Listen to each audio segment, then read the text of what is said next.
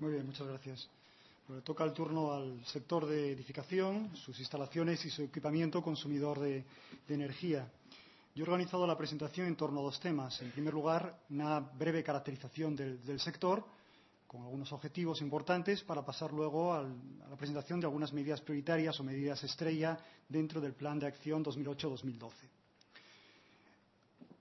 Bien, empezando por la caracterización de este sector. Nosotros consideramos el sector de edificación aquel que está comprendido a efectos de este plan de acción por dos usos principales. El uso vivienda, que es el más numeroso, donde prácticamente casi el 90%, el 86% de la superficie construida es de vivienda, y el resto que son otros usos que denominamos, es decir, administrativo, docente, comercial, etcétera, ¿no? Como digo, en cuanto a metros cuadrados construidos, el uso vivienda es el que se lleva la mayor parte, ¿no? A la hora de plantear medidas en este sector, tenemos que considerar como aspecto principal o como elemento principal el parque existente, porque es donde el consumo de energía tiene el mayor peso posible, ¿no? Y, lógicamente, también el parque nuevo, el que se va a construir en un futuro. Dentro de los edificios también debemos considerar aquellas instalaciones que tienen un mayor peso en el consumo de energía, instalaciones y equipamiento en los edificios. Y sobre estas instalaciones y equipamiento es sobre las que vamos a centrar nuestras actuaciones, nuestras medidas. Seleccionándolas atendiendo a su viabilidad técnica, es decir, que sea posible implantarlas, a su viabilidad económica, es decir, que se puedan retornar por ahorros las inversiones, y también que medioambientalmente pues sean viables, es decir, que planteen especialmente en la reducción de emisiones de CO2 pues posibilidades, ¿no? Decimos que este sector de la edificación representa pues casi pues un 17% del consumo de energía final en España, y que este parque edificatorio está constituido por casi 2.700 millones de metros cuadrados, que se reparten atendiendo a estos dos usos anteriores, usos de viviendas y otros usos, aproximadamente unos 23-24 millones de viviendas en general, de las que 15 millones, casi 16 millones, son viviendas principales, es decir, hogares que están ocupados principalmente. El resto son viviendas pues de viviendas secundarias, viviendas que utilizamos para vacaciones y demás, ¿no? Cuando nos comparamos con otros países de la Unión Europea respecto al consumo de energía en el sector doméstico, nos encontramos con que consumimos menos, es decir, el consumo de energía por vivienda, la intensidad energética del sector residencial, es decir, los T por hogar que consume una vivienda en España es menor, es el 60% aproximadamente de la intensidad media europea. Esto es por razones principalmente de tipo climático, es decir, estamos dentro del consumo medio de otros países de la zona mediterránea como Italia, Portugal, Grecia, etcétera. Lógicamente, la incidencia del clima es importante. Muchas de las viviendas que están construidas en nuestro país, sobre todo en el sur y en el centro-sur y zonas costeras, pues no tienen instalaciones de calefacción, o si tienen instalaciones de calefacción, no son instalaciones no son centralizadas o no son individuales, no son instalaciones fijas, sino que son instalaciones móviles, y que en muchos casos pues no calefactan principalmente toda la vivienda. Por lo tanto, nuestro consumo de energía es inferior al de la media europea. Al principio decía que el 86% de la superficie construida en España corresponde al sector doméstico y un 14% al sector terciario. Sin embargo, el consumo de energía no responde a esta proporción, ya que en el sector doméstico consume el 66% y el sector terciario el 34%. Y es aquí en el sector terciario donde nuestros consumos de energía están pues a la par del resto de consumos de la Unión Europea. Es decir, nuestras oficinas, nuestros hospitales, nuestros colegios consumen aproximadamente lo mismo, un poquito menos, pero se están aproximando al consumo medio europeo. Como dato que nos puede un poco orientar, pensemos que una persona que trabaje pues en una oficina consume 2/3 partes de su consumo energético total en la oficina y 1/3 parte en su vivienda. Es decir, prácticamente en nuestras oficinas consumimos el doble de lo que consumimos en nuestras casas, ¿no? Es decir, es cierto que el peso del consumo de energía en el sector vivienda es importante, pero es mucho más importante el consumo de energía que hacemos en nuestros edificios, ¿no? ¿Cuál es la fotografía de reparto de consumos tanto en vivienda como en el sector de edificios? Lógicamente no se aprecia con detalle, pero nos vamos a fijar en un par de detalles en cada uno de estos dos gráficos de la transparencia. Aquí tenemos en la parte izquierda el reparto de consumo de energía en nuestros hogares. Lo importante de aquí es fijarse que prácticamente pues, un 66% del consumo de energía de nuestras viviendas, esta franja roja y esta naranja, corresponde al calentamiento de agua, tanto para producción de agua caliente sanitaria, para la higiene, como para el consumo de calefacción. Es decir, lo más importante, como en nuestra vivienda, en la vivienda media española, es el calentamiento de agua. Por lo tanto, las medidas que vamos a explicar a posteriori pues, van a estar muy enfocadas a estos dos aspectos, a reducir el consumo de calefacción y el consumo de agua caliente sanitaria. Otro aspecto importante, que es esta franja verde, es el consumo en electrodomésticos, frigoríficos, lavadoras, lavavajillas, que bueno, pues están prácticamente presentes en el 100% de los hogares y que tienen un consumo permanente e importante. Y si pasamos a la gráfica de la derecha, nos encontramos con el consumo de energía en el sector terciario, ¿no? Y aquí sucede lo mismo que en el doméstico. La calefacción y, en este caso, la refrigeración, franja azul y franja roja, pues representan pues, más del 50% del consumo de energía de un edificio de oficinas, por ejemplo. Pero aquí también hay que añadir otro consumo importante, otro consumidor importante, que es esta franja amarilla, que es casi un 28%, un 30% del consumo de energía, corresponde también a la iluminación. Por lo tanto, esos tres elementos, la calefacción, la refrigeración y la iluminación, son los que se llevan el mayor consumo de energía. También hay que destacar, en una sociedad como la nuestra, que es una sociedad que tiende hacia lo que denominamos sociedad de la información, la importancia que cada vez tiene cada vez mayor del consumo de energía en informática y ofimática, ¿no? Decimos muchas veces que los edificios que se han construido hace 30 años estaban diseñados para máquinas de escribir. Tenían pues, sistema de iluminación, tenían sistema de calefacción, pero no estaban pensados para incorporar pues, los sistemas informáticos que hoy utilizamos habitualmente, ¿no? Por lo tanto, en los últimos años apreciamos en las auditorías que realizamos en los edificios cómo el consumo de energía está creciendo. Y cuando los gestores de estos edificios se preguntan por qué, la respuesta es la informática, ¿no? Cuando analizamos las curvas de consumo de los edificios nos encontramos como casi el 30% del consumo de energía se produce fuera de los horarios de trabajo. ¿Y esto por qué es? Pues en muchos casos porque nuestros ordenadores, la informática, sigue funcionando fuera de esas horas de trabajo. Se dejan los ordenadores encendidos por la noche, el fin de semana, y eso, siendo consumos pequeños y considerados individualmente, cuando multiplicamos, no sé, 200 vatios, por ejemplo, por 500 personas en un edificio, 8.760 horas, esto supone un consumo de energía importante, ¿no? Por lo tanto, vemos como los usos térmicos, los consumos para usos térmicos, en ambos casos son los más importantes, junto con la iluminación en el sector terciario. ¿Hacia dónde queremos llegar? Bueno, aquí tenemos representado en la línea azul, pues, el escenario tendencial, cuál sería la evolución del consumo de energía que nosotros prevemos sin actuaciones. Y en la parte de abajo, en las líneas rosa y amarilla, pues tenemos el consumo de energía como resultado de la aplicación de las medidas que el Plan de Acción de Ahorro y Eficiencia pretende alcanzar, ¿no? ¿Cuáles son estas medidas? Podemos clasificar estas medidas en tres, ¿no? Para el plan de acción vamos a utilizar, o estamos utilizando, tres instrumentos. Un primer instrumento legislativo, es decir, obligaciones reglamentarias. Un segundo instrumento, que es el instrumento de apoyo económico, medidas, subvenciones, ayudas públicas. Y un tercer instrumento, que es pues, la formación, información y concienciación. Aquí también atendemos a lo que es parque de edificios nuevos y parque de edificios existentes, diferenciando las medidas para uno y otro.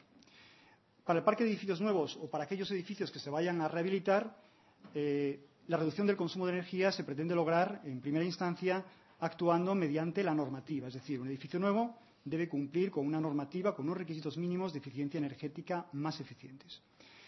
En este sentido, nosotros seguimos pues la línea, las pautas que marca la Directiva 2002/91 de eficiencia energética de los edificios, que es una directiva que afecta a todos los países de la Unión Europea y que obliga a actuar en tres niveles, en el caso de los edificios. En primer lugar, obliga a actuar fijando unos requisitos mínimos de eficiencia energética para aquellos aquellas áreas o aquellos aspectos que tienen un consumo de energía mayor, como pueden ser las instalaciones de iluminación o las instalaciones térmicas de calefacción, climatización y producción de agua caliente sanitaria. Por lo tanto, la normativa incluye unos requisitos mínimos que estos edificios deben cumplir cuando son nuevos o cuando se rehabilitan.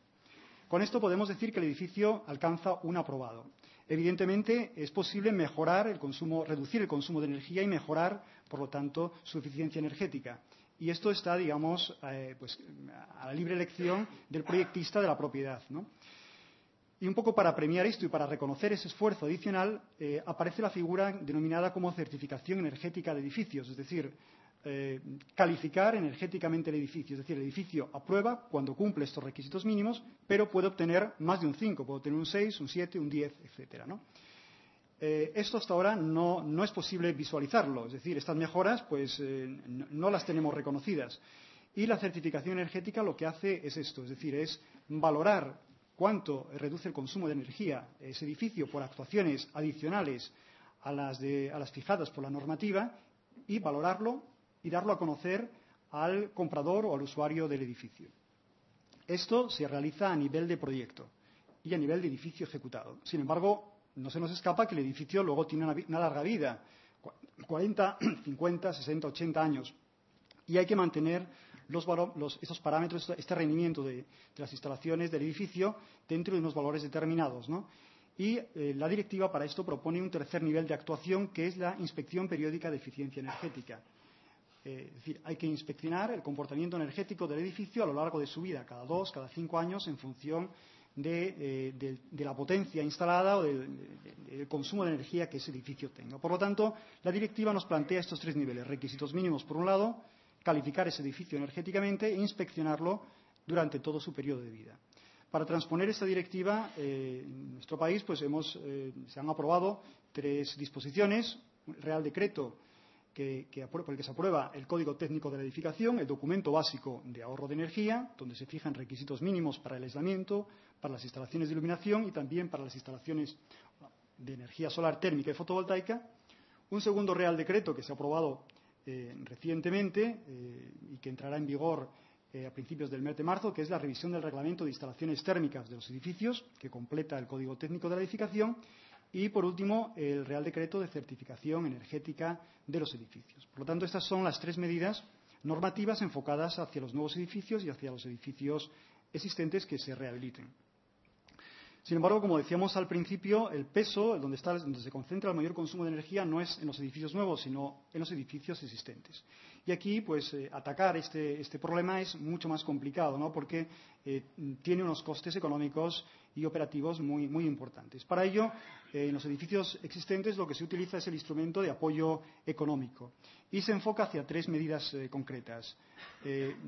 La reducción del consumo de energía mediante actuaciones, rehabilitación de la envolvente térmica de los edificios, en definitiva el aislamiento térmico en fachadas, en cubiertas, vidrios, carpinterías, con el fin de reducir la demanda de calefacción y de refrigeración de los edificios.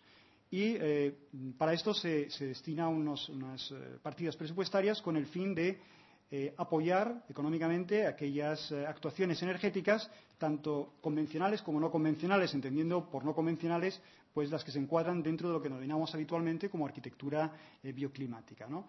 ¿Qué se les exige a los edificios para que se puedan acoger estas ayudas? Bueno, pues que cumplan como mínimo con los requisitos mínimos que fija la nueva normativa energética. Una segunda medida está enfocada hacia la rehabilitación energética también de las instalaciones térmicas de los edificios, es decir, las instalaciones de calefacción, de producción de agua caliente sanitaria y de refrigeración. En la misma línea, es decir, aquellos edificios que quieren rehabilitar tienen un apoyo económico para poder hacer esto, ¿no? Y, por último, también para las instalaciones de iluminación interior de los edificios, donde pues hay unas posibilidades muy importantes de ahorrar energía. Recientemente hemos realizado una auditoría en un edificio y, pues a continuación se ha procedido a reformar la instalación de iluminación con una tecnología que cumple con los requisitos mínimos del Código Técnico de la Edificación, utilizando pues equipos de más eficiencia, aprovechando la iluminación natural, colocando pues sensores que detecten la presencia de las personas, etcétera. Y esto ha permitido una reducción del consumo de energía superior al 60%. Es decir, Esta es una medida quizá de las tres que hemos enunciado, la más sencilla desde el punto de vista de reforma de instalaciones y que permite unos ahorros energéticos muy importantes.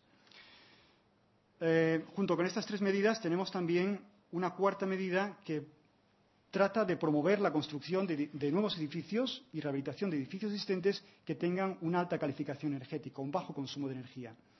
La calificación energética clasifica los edificios utilizando el mismo sistema de información que se utiliza para los electrodomésticos, es decir, 7 letras y 7 colores, tal como aparece en la pantalla, etiqueta que ya conocemos, como digo, por los electrodomésticos y que nos es familiar, ¿no?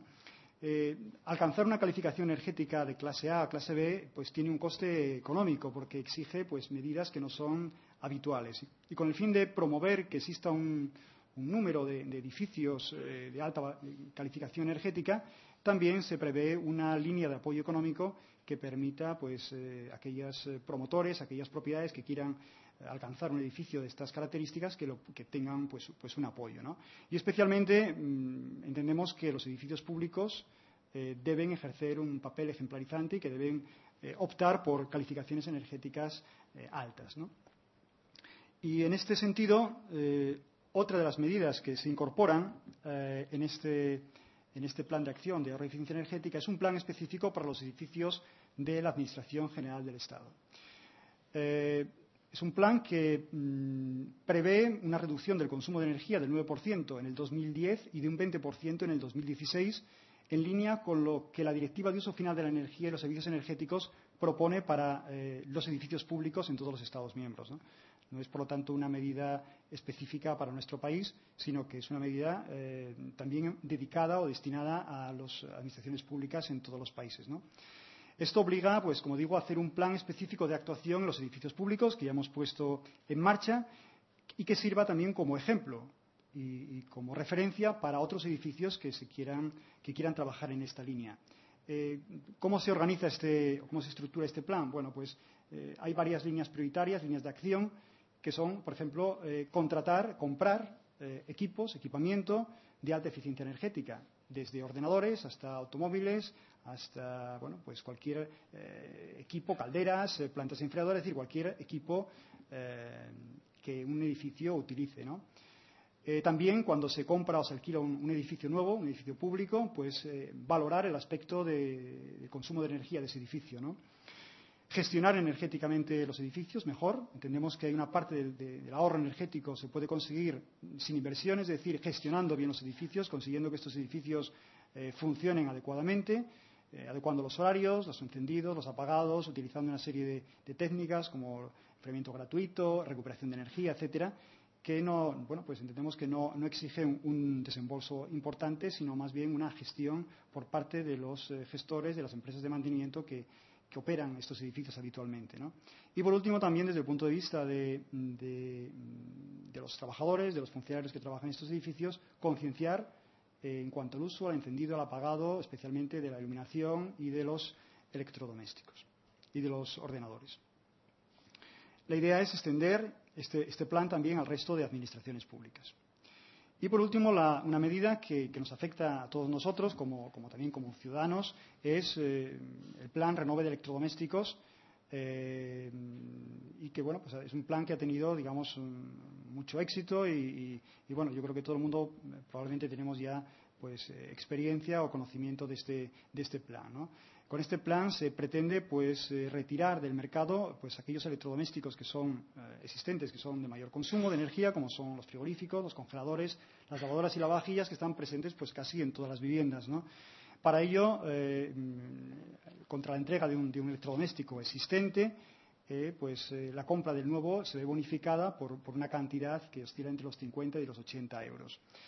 Esto ha tenido un efecto inducido, es decir, no solamente hemos conseguido retirar electrodomésticos del mercado en una cantidad importante, el objetivo era retirar anualmente en torno a los 2 millones de electrodomésticos, sino que también ha tenido un efecto inducido, como digo, en la fabricación. Los fabricantes a partir de este plan Renove, han retirado, por lo menos un número importante de ellos, de sus líneas de fabricación electrodomésticos que no sean de clase A. Por lo tanto, en este momento estamos consiguiendo que en el mercado, que los fabricantes o los electrodomésticos que se comercializan en el mercado en más de un 80% sean ya de clases A y B, ¿no? Por lo tanto, en algún momento este plan pues ya no será necesario seguir manteniendo, entendiendo de que el mercado ya responde con una oferta muy alta, muy importante de equipos de clase A o superiores a la demanda de los ciudadanos, ¿no? Bien, con esto concluyo. Simplemente un pequeño resumen sobre lo que hemos visto.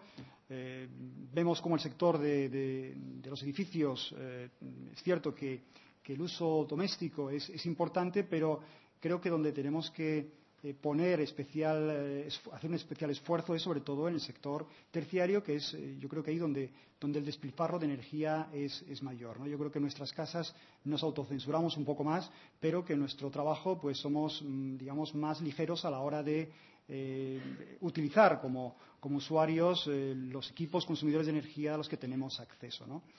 Y en cuanto a las medidas, pues hemos visto cómo medidas de tipo legislativo son importantes para los edificios nuevos, para los que se rehabiliten, pero entendemos que el parque existente es donde hay que hacer un mayor esfuerzo y que este es un reto complicado en el sentido de que, aún con ayudas públicas que puedan cubrir una parte de esta inversión que tenemos que hacer, que puede ser del 20, 25%, no es suficiente, y que cuesta mucho conseguir que un edificio rehabilite su solvente térmica o que sustituya sus instalaciones térmicas de calefacción, climatización o de iluminación. Por lo tanto, creo que tenemos por delante no solamente pues, el IDAE, sino todo y especialmente los profesionales que estamos en esta sala por nuestra especial vinculación. Yo creo que con los edificios, ya que todos utilizamos alguno de alguna forma, pues nos plantea un reto yo creo que es difícil, pero que yo creo que contamos con herramientas como pueden ser estas que estamos planteando, que pueden ayudarnos a alcanzarlo. Y sin más, muchas gracias.